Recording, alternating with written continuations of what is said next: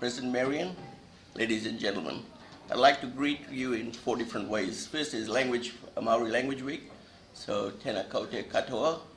I'm from Fiji, so if you've traveled to Fiji, our greeting is bula, and being an Indian, we normally say namaste, and then good afternoon to you all.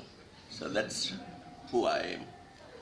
So I've done a few slides for you that gives you my personal information about myself, my career timeline, and then the social work that I've been doing over the last 20 plus years while I've been in New Zealand. So that's me. I'm known as AJ in town, so it makes it easy for people. So I was born in Suva, Fiji, and I've got a family of 7 and 5 sisters and 2 brothers. I'm the youngest in the family. I've got family all over the world, in North America, Australia, and a few in New Zealand. I studied in Fiji at the Morris Brothers Schools. I did my primary and secondary education there. And then in 1978, I came to New Zealand and went to Victoria, did a Bachelor of Commerce in Administration. And I majored in accounting, so I'm an accountant by profession. I returned to Fiji in 1983 because Muldoon was in power then, and as students, we weren't allowed to stay back. So immigration policy was to go and help your country. And as you all know, I came back in 1987 because we had a coup in Fiji.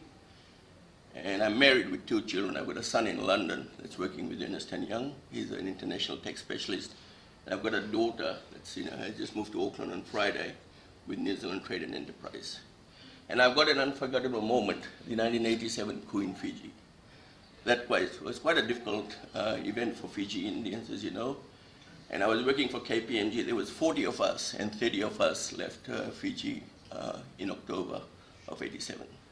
So they talk about the brain drain, and that's what's happened in Fiji. And it's happened ever since. So it's not a stable country, and I take a lot of interest in Fiji politics as well, and trying to help our community there in one form or another. So my professional career timeline, I started with KPMG Suva, Fiji, and worked for them from 1983 to 1987, October. And then I had the option of going to Sydney, Melbourne, Auckland, or Wellington. So I chose Wellington because I knew Wellington. I brought my wife here. She had never been to Wellington.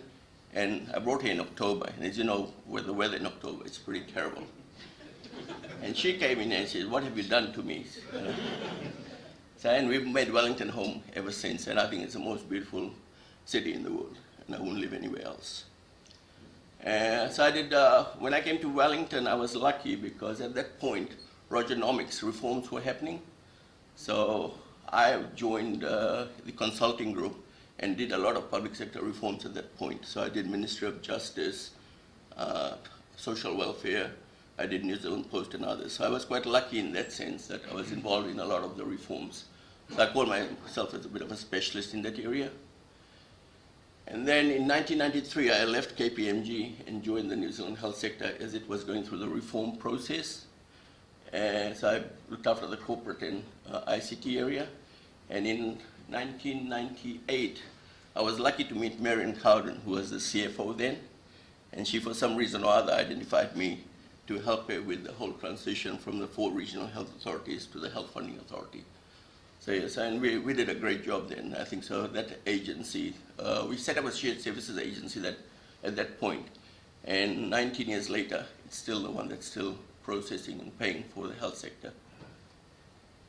So what I do from 1999 to the present, I'm with a company called Red Rock Consulting. We specialize in Oracle design and implementations. So I'm more of an expert in financial implementations, but I do a lot of business transformation, ICT consulting, and FM consulting. And I'm a bit of a specialist in the health sector because I designed and built a lot of the systems, the back-end systems that's still managing the financial environment. So that's who I am from a career point of view. Community work activities. So I do a lot of, being a chartered accountant, I do a lot of honorary audit for Fiji-based community groups. And I'm a financial advisor to quite a few of them. And we've got quite a few religious and community groups. And over the last few years, me and my wife, we've done a lot of fundraising for local communities because that's a way of us giving back to New Zealand for giving us the privilege to migrate to a lovely country.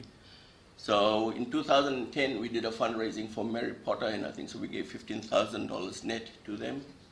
In 2012, we did one for Wellington Free Ambulance, and we donated about $20,000. And then in 2016, there was a major cyclone in Fiji. We raised with a first street appeal, and we collected $25,000, which we sent back to Fiji. And then I also helped fundraise for other community groups. So that's who I am. And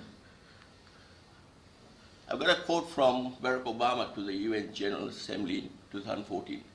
We choose hope over fear. We see the future as something not out of our control, but as something we can share for the better through concerted and collective effort. And I think that's what Rotary represents to me. Finally, I'd like to do a special thanks to Anand and Susan, who convinced me to join the club. Anand's been on my back for a few years, I think so. But yeah, I think that finally at the lunch at Wellington Club, I decided that it was time for me to join. Because the kids have all grown up and I want to give something else back to the community. I know Rotary is a great forum to do that type of work. So that's me, guys, and look forward to working with you all. Thank you.